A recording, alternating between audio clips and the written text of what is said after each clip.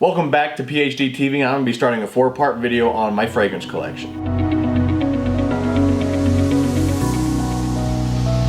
Alright, so a few things to know about going in through here. I'm not going to be giving a review for each and every single one of these fragrances because that will be a long video. This will be more along the lines of me going through each and every single one of them and giving my initial thoughts and reactions, giving you my ideas of these situations you can wear these in, and basically my overall personal review. So I'm not going to be breaking down the notes. I will put them up on the screen right here. They're from Fragrantica, so you can get an idea of what they're kind of getting at, as well as what a lot of people think about already based on votes from that website. And as I've told people before, Fragrantica is a great place to go look at early reviews from people on what fragrances may think or fragrances may smell like based on what people think about it. It really helps with blind buys or just overall reviewing if you're just curious. But as I said, these are just gonna be my initial reviews, maybe some personal backgrounds and stories and things like that. So hope you enjoy, and here we go, part 1. Okay, so the first one we're gonna go over is Choo Man. Show you the bottle here.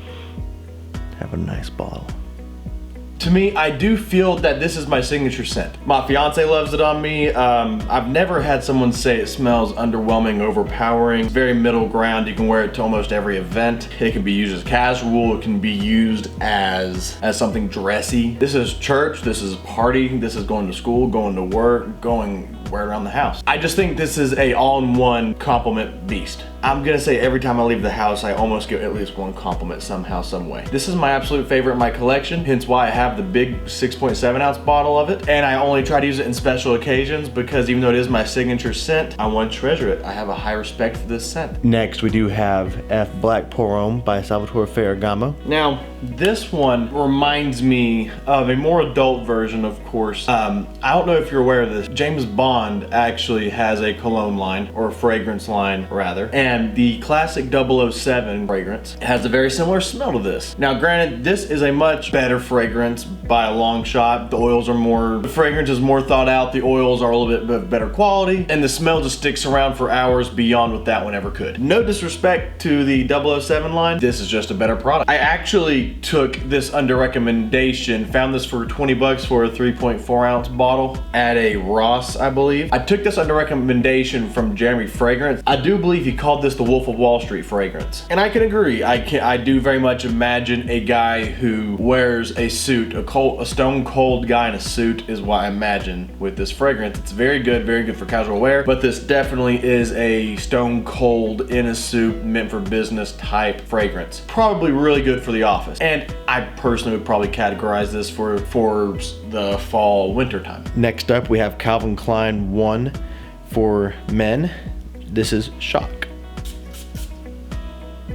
Now this is what's categorized as an Oriental fragrance, and that's gonna be probably as far as I'm going in terms of any of these with what a fragrance is supposed to be. Now, an Oriental fragrance is basically, the Oriental fragrance family consists of rich exotic scents. When you think of Oriental scents, think herbs and spices, dry, powdery resin notes, opulent and heavy. These notes are oftentimes softened with amber and sweet notes. It's commonly described the family of exotic and seductive. Sorry, had to look that up. As I said, I'm not a fragrance junkie. I just like fragrances and I know what I like and I know it smells good. But this is probably the best casual wear for a casual date night. And what I mean by that is there's two kinds of dates in my opinion. There's the date where you say, hey girls, let's go grab something to eat. And you go out and it's basically a jeans and t-shirt night. And then there's the kinds of dates where, you know, you ask her out, you let her know when you'll pick her up. And it's definitely gonna be a sit down, dine in, button up, kind where your shirt better be tucked in, and that kind of date night. This I would not say is the fine dining date night smell. That is definitely this one or another one that's later on this list. This is probably the best one for the casual date night wear in my opinion. For two reasons. One, you do have to put on quite a bit of it for it to have some good longevity, but not 15 sprays worth. But it does have a very sweet, seductive, sexy vibe to it that does make it an incredible date night cologne fragrance eau de toilette, whatever you want to call it. Again, I'm not a professional fragrance person. I'm just the everyday guy who knows, get the drift. I don't really stick to definitions here. You know what I'm talking about ultimately. But yes, this is definitely going to be on the list of probably some of the best date night fragrances you can get. And this is a 6.7 ounce big bottle, and you can easily get one for about 25 bucks. Thankfully, mine was free because I got it out of a competition. And you can find a lot of fragrance giveaways and competitions on YouTube with a lot of fragrance people, as well as a bunch of other websites. Now, I mentioned how that was the best date night fragrance for a casual date night. Now, this one is for the fine dining, everyday wearing, and currently my obsession. This is Club de Nuit Intense Man from ARMAF. And if you've seen my video of top 10 fragrances for men, Creed Aventus was the top one. But it was also in that $350 to $60 range. A price range that is way above the person's price range. This, on the other hand, 27 bucks. And I gotta be honest, I wore this shirt about a week and a half ago and it's gone through the wash. I had this sprayed on it prior. I went to a wedding shower. I can still smell it on my clothes. Some people might find that a little odd that it's that strong, but to me, I love the fact that this is my, my 3 squirts and done fragrance. This is an impeccable fragrance. It smells identical to Creed Aventus. But yes, this is my current obsession right now. This is great for everyday wear. This is great for going out with your boys, going out on a date. This is good for church. This is just like Jimmy Choo. This is in a tie for being the most universal fragrance you can get. Put some on right there. And the best thing about it, other than the scent, is its affordability. This will be in my collection as long as they make it. Now, this one I do have, and yeah, it's kind of mixed reviews. I went in very excited for it, and I'm kind of stuck with liking it a lot. It stops there. This is Mont Blanc Individuel. Now, this one is very good. Don't get me wrong. I got this under recommendation from Jeremy Fragrance, and I do believe he's a big advocate for this one. This is typically on this hidden gem type list he gives off, or maybe even the best cheapie list, because you can easily find this under that $30 mark for a 1.7 ounce bottle. And it does have a very distinct raspberry note, which does make this a very artificial, very synthetic, this is where I got a little issue with. I was told it would be very long lasting, like most synthetic, fragrances are. I would actually really like the scent. Honestly, it is incredibly clean, impeccably smooth, and rides in the nose just right. It's a very sexy scent, long story short. And it might just be my skin chemistry, so I'm not knocking anything down Jeremy Fragrance or whoever gives us a good review says in terms of its longevity, but this dies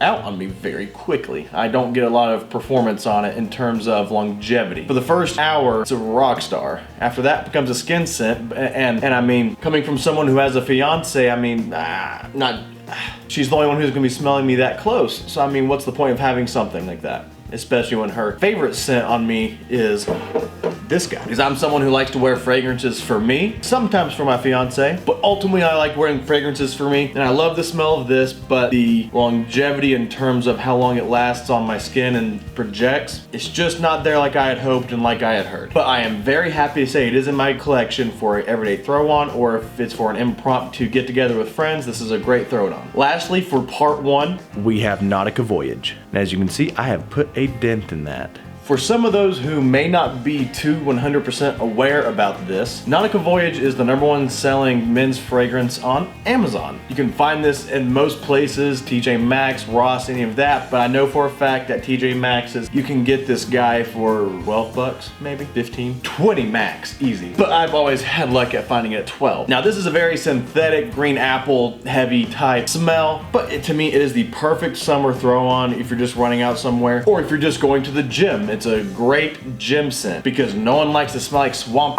when you're at the gym. But this is a very good, clean, crisp scent that I would honestly say this would be one I would keep in the collection as long as I can, as long as they make it in the same formulation, because it is very consistent. It is great for everyday wear. And even though it won't be the most stand outing, because again, it is the most bought fragrance on Amazon, you're bound to have a lot of people already have it, therefore smelling like it, and ultimately not becoming very original. But this is by far probably the easiest throw on out of the entire collection in terms of user-friendly, compliment getting, and universal appeal during the summertime. Thank you very much for watching part 1 of my official fragrance collection series, and don't you forget to subscribe right here, and I'll see you at part 2.